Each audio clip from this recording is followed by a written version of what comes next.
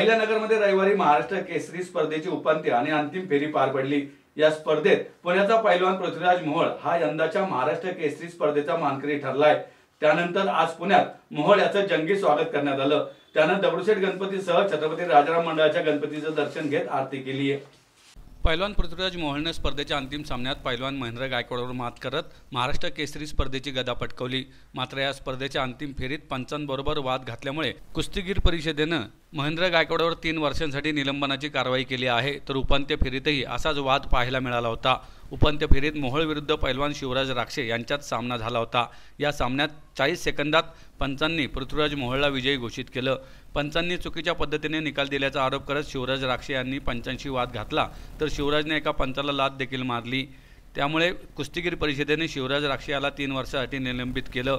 या घटनेनंतर कुस्ती क्षेत्रातून विविध प्रतिक्रिया येण्यास सुरुवात झाली आहे। महाराष्ट्र केसरी कुस्ती स्पर्धा जिंकल्यानंतर पृथ्वीराज मोहोळ पुण्यात येता श्रीमंत दगडूशेठ हलवाई गणपती मंदिरात जाऊन दर्शन घेत आरती देखील केली। त्यानंतर प्रसारमाध्यमांशी बोलताना महाराष्ट्र केसरी कुस्ती स्पर्धेदरम्यान शिवराज राक्षे याने पंचांसोबत वाद घालून लाथ देखील मारल्याची घटना घडली। त्या स्पर्धेदरम्यान नेमकं काय घडलं होतं त्या प्रश्नावर पृथ्वीराज मोहोळ म्हणाला, मी जी मूवमेंट केली होती त्यावेळी माझं कोणाकडे लक्ष नव्हतं आणि माझ्याकडून ती मूवमेंट झाली होती। त्यावर पंचांनी मला विजयी घोषित केलं। होय, शिवराज राक्षेची एका बाजूची पाठ नक्की टेकली होती, हे दुसऱ्या बाजूच्या व्हिडिओने दिसत आहे। त्यानंतर शिवराज राक्षे यांच्याकडून पंचांना मारहाण झाल्याची घटना घडली। ही गोष्ट पैलवान क्षेत्राच्या दृष्टीने चुकीची बाब असल्याची भावना यावेळी मोहोळ याने व्यक्त केली आहे। पुढे तो म्हणाला, प्रत्येक पैलवानाचं एक स्वप्न असतं, ते म्हणजे महाराष्ट्र केसरी कुस्ती स्पर्धा जिंकणं। माझं हे स्वप्न पूर्ण झालं असून यामध्ये माझ्या कुटुंबियांनी वेळोवेळी केलेले मार्गदर्शन हे महत्त्वाचं ठरलं आहे।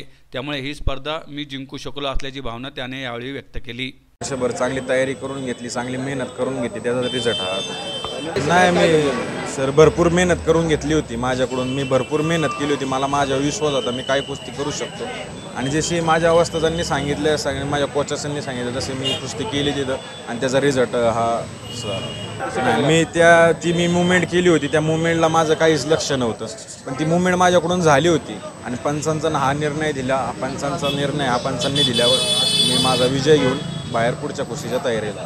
हो, नक्कीच पाठ टेकली होती, एका साईडची पाठ टेकली होती, दुसऱ्या साईडच्या व्हिडिओनी दिसतंय ते। मी तिथं व्हिडिओ अजून काहीच नाही बघितलं, मी फक्त एवढं कळलं मला की मारहाण झालेली ही चुकीची गोष्ट आहे पैलवान की क्षेत्रासाठी।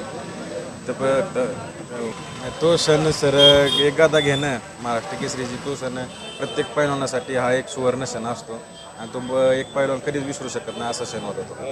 नाही, राजकारण नाही सर, एक ही कुस्ती माझं मी काम करून माझ्या रेफरीने जो मला निर्णय दिला तो मी मान्य करून माझ्या पुढच्या कुस्तीसाठी जाईल। नक्कीच त्यांना पैलवान हे सगळे माझ्यापेक्षा मोठाच पैलवान डबल महाराष्ट्र केसरी होणे गोष्ट नसते। सगळ्यांना भेटून सगळ्यांचा आशीर्वाद घेणार नक्कीच।